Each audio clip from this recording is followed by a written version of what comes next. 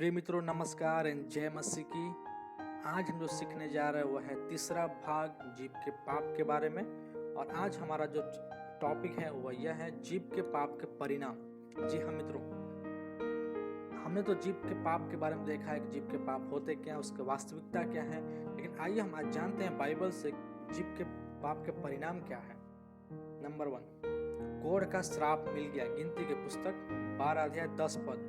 लेकिन मैं आपके लिए 12 अध्याय 1 पद से पढ़ना चाहता हूँ। मूसा ने एक कूशी स्त्री से विवाह कर लिया था, इसीलिए मरियम और हारून उसकी उस विवाहित कूशी स्त्री के कारण उसकी निंदा करने लगे। उन्होंने कहा, क्या यहोवा ने केवल मूसा ही के साथ बातें की है? क्या उसने हम से भी बातें नहीं की? उन्होंने यह बात यहोवा ने सुनी। उनकी यह बात जो थी परमेश्वर ने सुन लिया, क्योंकि मूसा पृथ्वी भर में रहने वाले सब मनुष्यों से अधिक कहीं नम्र था, स्वभाव का था मेरे प्रिय। लेकिन यहाँ पे क्या है, मरियम जो है वो मूसा की बहन है और मूसा एक स्त्री से शादी किया है। उसके कारण उसकी बहन मरियम जो है कुड़कुड़ा रही है मूसा के ऊपर। और इस बात जब वो कुड़कुड़ा रही थी और अपने मुंह से उन्होंने इनकार भी किया कि क्या परमेश्वर मूसा ही से बात करेगा। मैं आपको बता दूं कि मूसा एक विश्वास योग्य परमेश्वर का सेवक था और मूसा से परमेश्वर आमने सामने बात किया करता था। और अभी मरियम जो है कुड़कुड़ाती हुई ये बात कहती है, क्या परमेश्वर मूसा ही से बात करेगा। लिखा है परमेश्वर ने उनकी बातों को सुन लिया और वो कोढ़ से भर गई। तब वो बादल तंबू के ऊपर उठ गया और मरियम कोढ़ से हिम के समान श्वेत हो गई। मेरे प्रिय मित्रों, कई बार ऐसा होता है जब हम अपने जीभ से पाप करते हैं, किसी सेवक के बारे में बुराई करते हैं, किसी परिवार के बारे में बुराई करते हैं, परमेश्वर सब कुछ लेखा लेता है। हो सकता है कभी आपको दंड देता है, कभी नहीं देता है, कई बार सुधरने की मौका देता है। इन्होंने बाइबल में ऐसा काम नहीं करना। आज हमें जरूरी है कि हम भी अपने आप को संवारे, अपने आप को जीभ के पाप से बचाएं। दूसरा है असमय मृत्यु मिली। प्रेरितों के काम 5 अध्याय 4 से 5 आप जब पढ़ेंगे या तो 1 से 5 तक पढ़ेंगे तो बहुत खूबसूरत घटना यहाँ पे लिखा हुआ है। यहाँ पे हननिया नामक एक मनुष्य और उसकी पत्नी सफीरा ने कुछ भूमि बेची थी और उसके दाम में से कुछ रख छोड़ा। और यह बात उसकी पत्नी भी जानती थी और उसका एक भाग लेकर प्रेरितों के पांवों के आगे रख दिया। पतरस ने कहा, हे हननिया, शैतान ने तेरे मन में ये बात क्यों डाली कि तुम पवित्र आत्मा से झूठ बोले और भूमि के दाम में से कुछ रख छोड़े। मेरे प्रिय मित्रों, मैं आपको बता दूं कि उन पुराने जमाने में यीशु मसीह के जब चेले लोग सेवकाई करते थे, उन समय में ऐसा नियम था कि सारे विश्वासी परिवार अपने धन को, अपना जमीन, अपना जो भी जायदाद था, उनकी प्रॉपर्टी था, उसको बेचकर यीशु मसीह के चेले जो प्रेरित थे, जैसे पतरस हो गए और ऐसे कई सारे चेले थे, उनके सामने कलीसिया में लाया करते थे। और इस समय भी ऐसा ही हुआ है कि हननिया और सफीरा जो है, इन्होंने जमीन बेचा पर इसमें से कुछ पैसा को छुपा दिया और कुछ जमीन के पैसा को प्रभु के पास लेके आते हैं। और इस समय जो है पतरस पवित्र आत्मा से भरा हुआ है और पतरस जान जाता है और कहता है, शैतान ने तेरे मन में ये बात क्यों डाली कि तू पवित्र आत्मा से झूठ बोले।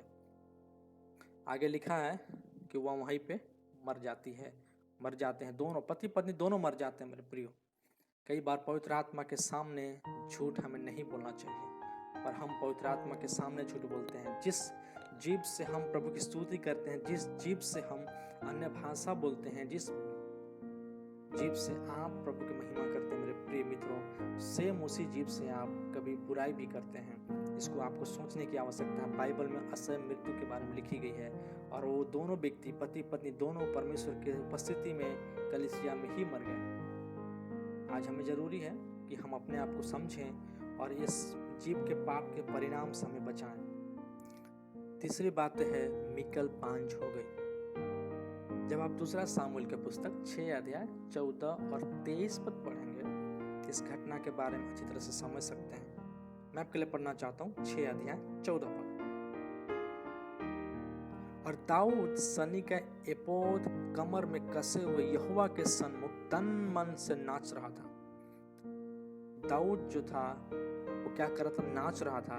16 में लिखता है, जब यहोवा का संदूक दाऊदपुर में आ रहा था, तब साउल की बेटी मिकाइल ने खिड़की से झांक कर दाऊद राजा को यहोवा के सन्मुख नाचते कूदते देखा और उससे मन ही मन में तुच्छ जाना। दाऊद जब परमेश्वर की स्तुति कर रहा था, वो नाच रहा था, तब उसकी पत्नी मिकल जो है दाऊद को तुच्छ जानती है मेरे प्रिय मित्रों। उसके बाद है और लिखा है आगे जब पढ़ेंगे 21 पद में, तो दाऊद ने मिकल से कहा, यहोवा जिसने तेरे पिता और सम्मत घराने के बदले मुझको चुनकर अपनी प्रजा इस्राएल पर प्रधान होने के लिए ठहरा दिया है, उसके सन्मुख मैं ऐसा नाचूंगा। उन्होंने स्वीकार कि मैं नाचूंगा, मैं गाऊंगा, उसकी स्तुति करूंगा। या कुछ भी हो जाए, वो परमेश्वर की महिमा करने के लिए मगन था। लेकिन 23 पद में लिखता है, बड़ी मुख्य बात है, और कहता और साउल की बेटी मरने के दिन तक कोई संतान ना हुई। उन्होंने परमेश्वर के दास को, उन्होंने अपने पति को तिरस्कार किया, पति को जो है अच्छा नहीं समझा, तुच्छ जाना, और ये बात परमेश्वर के नजरों में चला गया और परमेश्वर ने इस बातों को जान लिया और परमेश्वर ने श्राप दिया, जिसके कारण जीवन भर में उसके कोई बाल बच्चे नहीं रहे, हमेशा बांझ रहे। क्या आप अपने पति को तुच्छ जानते हैं? हो सकता है पढ़े लिखे हैं, बहुत समझदार है, बहुत बुद्धिमान है, आपके पति जी नहीं हो सकते हैं, लेकिन वो तुच्छ नहीं जाना है, क्योंकि वो भी परमेश्वर की स्तुति करने वाले लोग हैं। कई बार परमेश्वर के दास लोग जब सेवकाई करते हैं, उनकी पत्नी कई बार उनकी चिढ़ती है, उनकी प्रभु के दासों की पत्नियां चिढ़ती हैं, प्रभु के दासी लोग चिढ़ती हैं। परमेश्वर का वचन कहता है कि आपको ऐसे करने की आवश्यकता नहीं है। आइए हम आगे बढ़ते हैं। नंबर 3, प्रभु का क्रोध भड़का। किस पे? वही गिनती 12:9 जब पढ़ेंगे, तब यहोवा का कोप उस पर भड़का और वह चला गया। ये मरियम के बारे में कहती, जो कोढ़ हो गया था, उसके जीवन में परमेश्वर का क्रोध भड़का जब वो मूसा के बारे में विरोध की, चुगली की। मेरे प्रिय, चौथी बात है, शैतान प्रेरित करता है। मत्ती 5:36 में कहता, परंतु तुम्हारी बातें हाँ की हाँ या ना की ना हो, क्योंकि जो इससे अधिक होता है वह बुराई से होता है। परमेश्वर का वचन कहता है कि अगर आपको जीव के पाप के परिणाम को नहीं देखना अपने जीवन में, तो आपको एक बात करने की आवश्यकता है, वह यह है कि आपकी बातें जो है वो हाँ की हाँ, ना की ना होनी चाहिए। उससे ज़्यादा मसाला मिलाने की और ऐसे कई चुगली को जोड़ के एक बात बोलने की आवश्यकता परमेश्वर के वचन में इसके लिए कोई जगह नहीं है मेरे प्रिय मित्रों। परमेश्वर का वचन कहता है इससे ज़्यादा जो होता है आपकी बुराई होता है। आप जब किसी से बात करते हैं, आपकी जवाब हाँ में ना हो, आप किसी की बुराई ना करें, किसी की चुगली ना करें, जिसके कारण परमेश्वर का क्रोध आप पे भड़के। 5वीं बात कहता है ज्यादा अधर्मी।